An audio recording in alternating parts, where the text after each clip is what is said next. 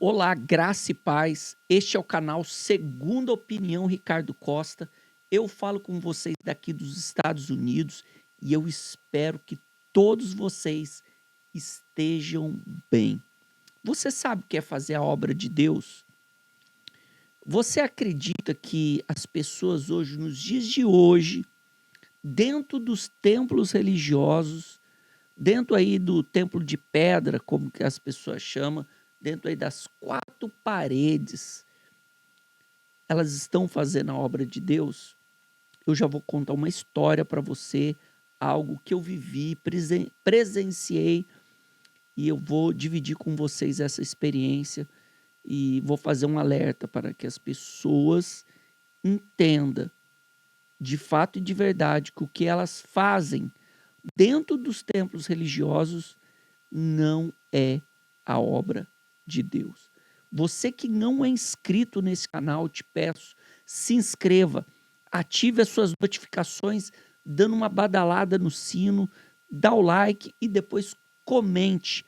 Conta para mim, escreve aí nos comentários qual foi um dos maiores absurdos que você viu dentro da chamada obra de Deus. Vamos pro vídeo. Ó, tem um versículo em João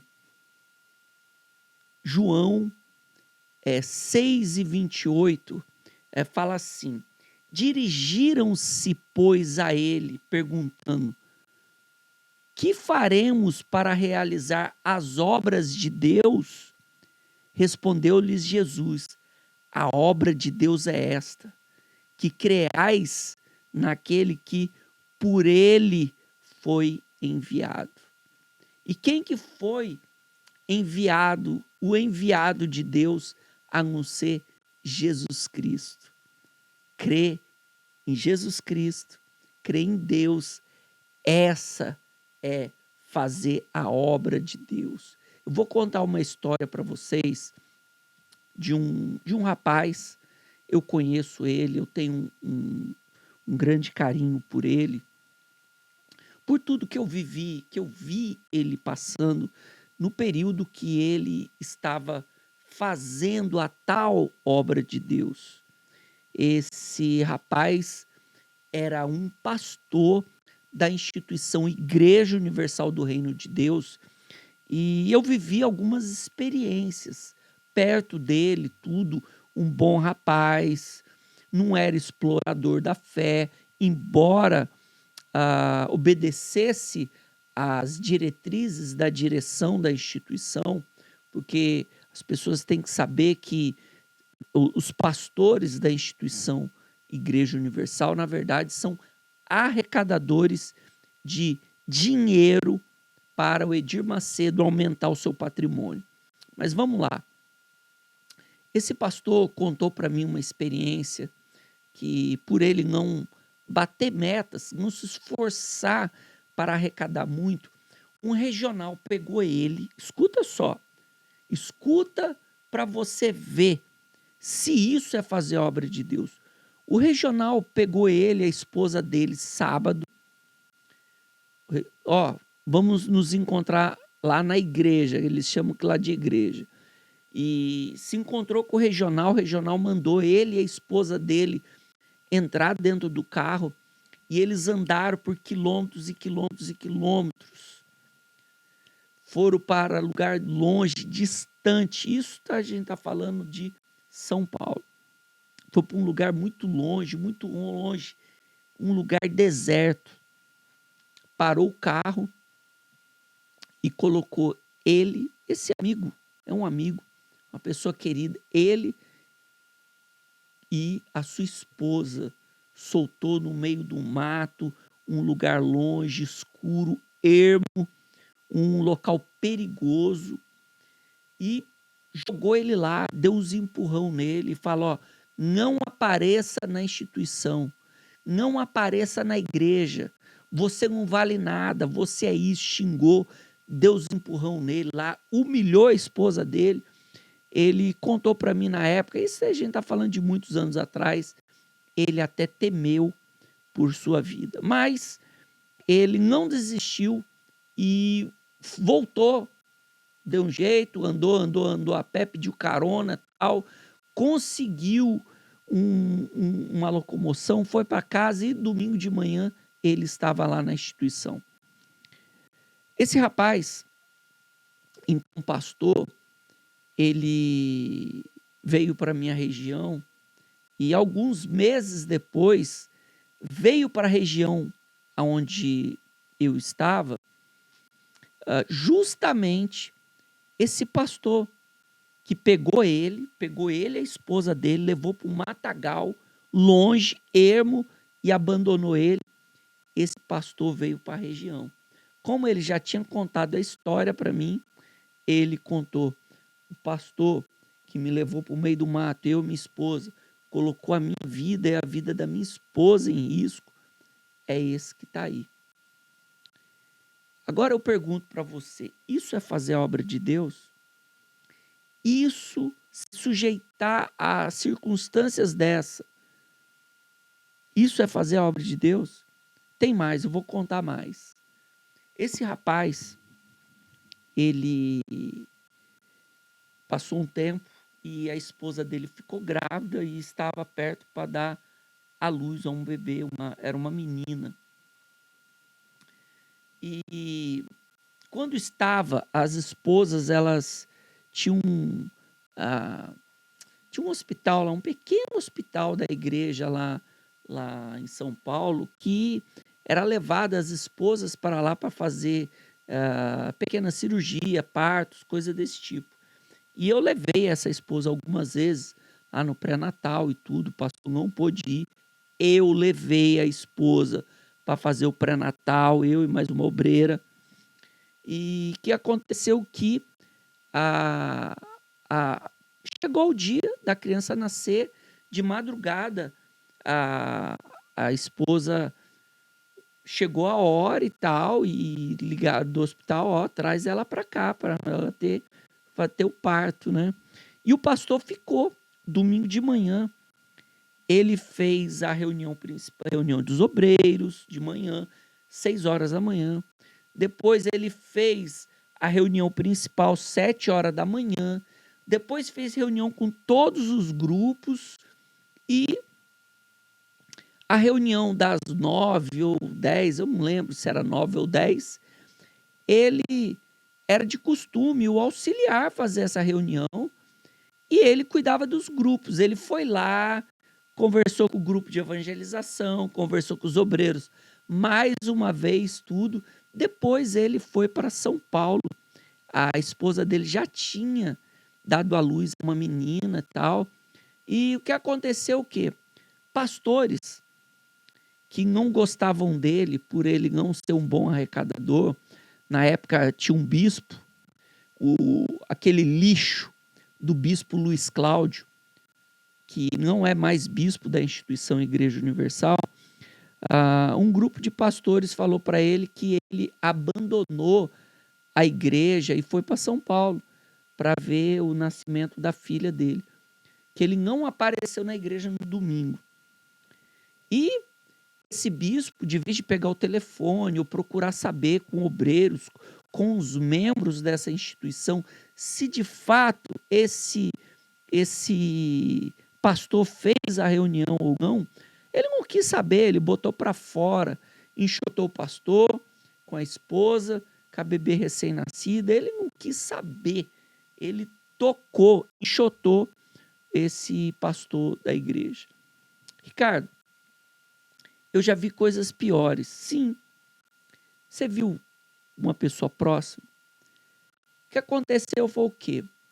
Esse rapaz, ele saiu de pastor, os anos se passaram, ele entrou de novo de obreiro na instituição e ficou lá. Está na instituição até hoje. Eu vejo as postagens dele no grupo jovem de obreiro, e faz isso, e faz aquilo outro. Hoje está num novo relacionamento, casou de novo e tudo, e segue defendendo a instituição. Esse pastor, eu já vi ele ser praticamente agredido por um outro pastor. E o que me espanta é a pessoa passar por tudo isso e ainda seguir dentro dessa instituição, defendendo essa instituição e acreditando que tudo o que eles fazem é servir a Deus, fazer a obra de Deus. Eu quero dar um recado para você que é obreiro, está dentro da instituição, é obreiro. Você acredita que quando você compra o papel higiênico, compra o azeite, compra o material para campanha, quando você lava o banheiro, quando você lava o piso, você acredita realmente que você está fazendo a obra de Deus, que você está fazendo algo para Deus? Nesse lugar que vocês chamam de templo, vocês chamam de igreja, você acredita que isso, esse lugar onde vocês vão, isso é uma igreja? As pessoas acreditam que quando ela pega um fardo de jornal e ela vai lá no semáforo, vai de porta em porta distribuindo aquele jornal e um panfleto, convidando as pessoas para ir para dentro da instituição, para as pessoas também serem vítimas, serem exploradas financeiramente, sofrerem abuso psicológico, abuso de tudo quanto é tipo que você possa imaginar. Você acredita mesmo que isso é fazer a obra de Deus? Quando você passa um filtro lá nos livros que vocês chamam de evangelho, quando você vê ali aqueles textos contando a história de Jesus ou narrando a história de Jesus, assim como eu li esse texto agora há pouco de João, você não vê nenhuma discrepância em nada do que está ali? Porque, olha, eu vou falar uma coisa para você, dentro dessas instituições, o que mais tem são pastores cavalos, covardes, ignorantes, a maior parte analfabetos. O cara saiu lá da comunidade, saiu lá da favela, nunca estudou, não fez nada, daí parou na porta de um templo religioso desse. E lá ele começou a se dedicar, limpar banheiro, fazer isso, fazer aquilo, colava fitinha, colava jornal, limpava a rosa. Daí ele, os pastores vê que pode confiar nele, pega esse jovem rapaz, põe lá e fala que ele é pastor. Derrama um azeite na cabeça da pessoa e fala que a pessoa esse agora é pastor. Um ignorante, não estudou, não sabe nada de Bíblia, não estudou teologia, não sabe emendar lé com cré, e tudo que o líder fala para ele fazer, ele faz, inclusive explorar as pessoas. Às vezes você, mãe, eu queria que o meu filho fosse pastor, para com isso. Você sabe, você já viveu na pele, se você é mãe e vive dentro dessas instituições, as promessas que esses falsos pastores, esses falsos profetas, esses mercenários da fé, o que eles ensinam e o que eles fazem para arrecadar das pessoas com promessas que nunca se cumprem. Aliás, eles usam da Bíblia, eles manipulam a Bíblia para arrancar dinheiro das pessoas, assim como já foi arrancado de você. E você acredita que se o teu filho entrar como pastor, ele vai fazer a obra de Deus? Você acredita? Eu acabei de ler para você. A obra de Deus é esta: é crer naquele que me enviou. E você está aí, limpando o banheiro, limpando o chão da instituição, você está lavando o carro do pastor, você, às vezes, você dá até dinheiro para o pastor comprar comida, o pastor fala, eu quero aquela água Perrier, e você vai lá, tira do teu bolso e dá para o pastor.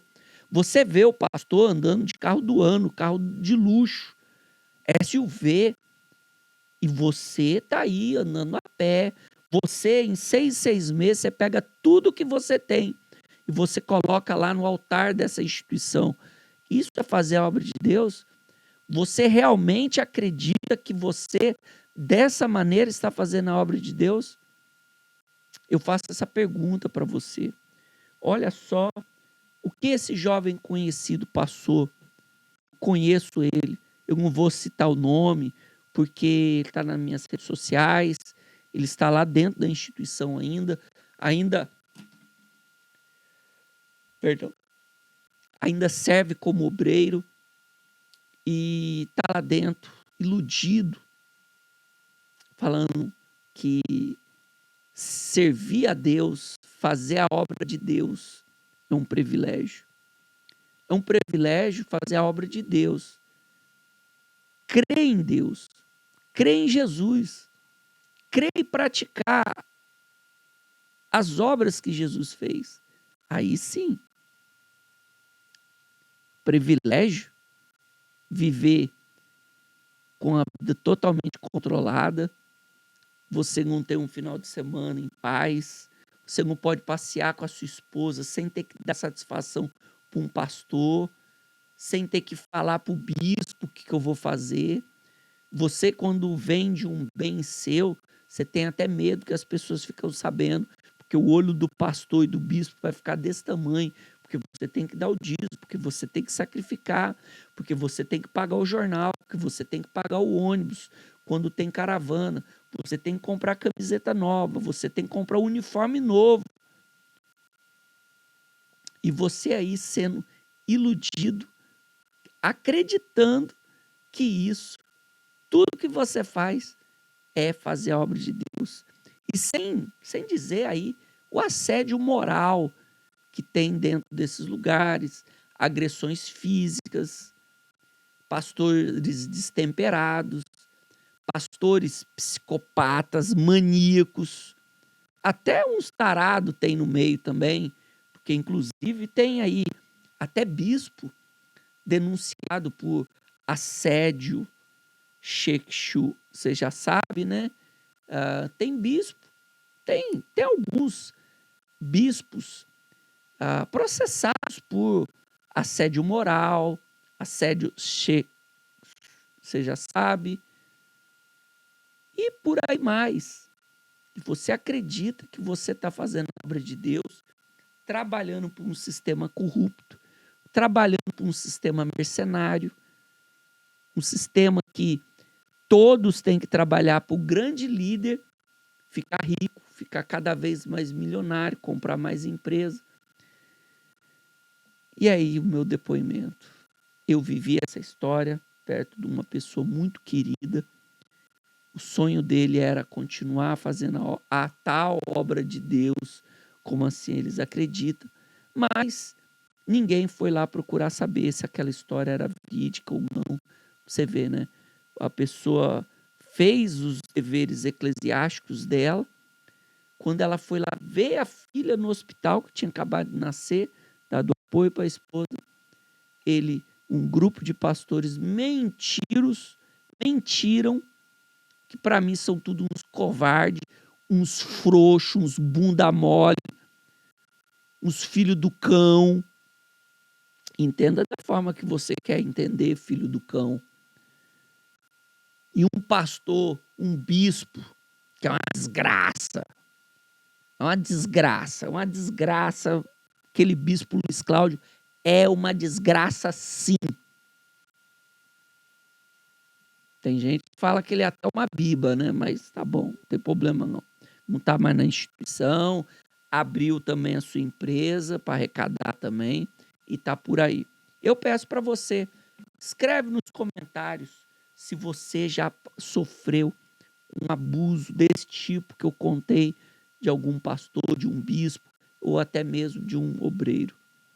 Se passou, se inscreva aí no comentário, escreve tudinho, relata para mim, conta a sua história. Eu terei o maior prazer de contar a tua história aqui no canal. Eu vou contar outras histórias, estou retornando, recuperei a minha saúde. Agora eu peço para vocês um pouco de tempo e paciência, que o canal vai voltar com toda a força do jeito que estava antes. Você que não é inscrito, mais uma vez eu te peço, se inscreva, ative as suas notificações, dá o like e comenta. Ficam todos com Deus, graça e paz.